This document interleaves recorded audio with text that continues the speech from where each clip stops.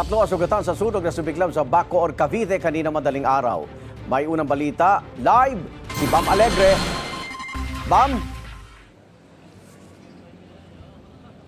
Again, makikita ninyo sa aking likuran, ito yung pinsalang iniwan ng sunog dito sa Bacoor, Cavite.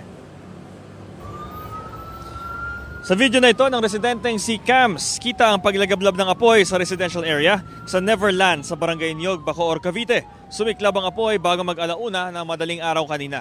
Inaalam pa ng Bureau of Fire Protection kung ilang bahay ang naapektuhan.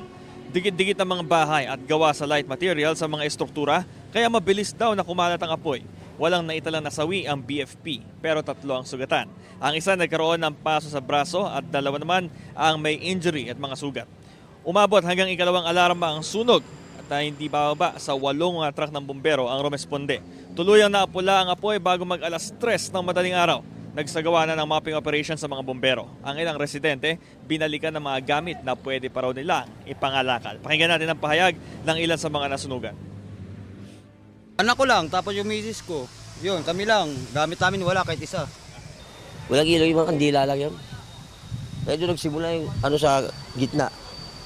So, dire-diretso na po rito.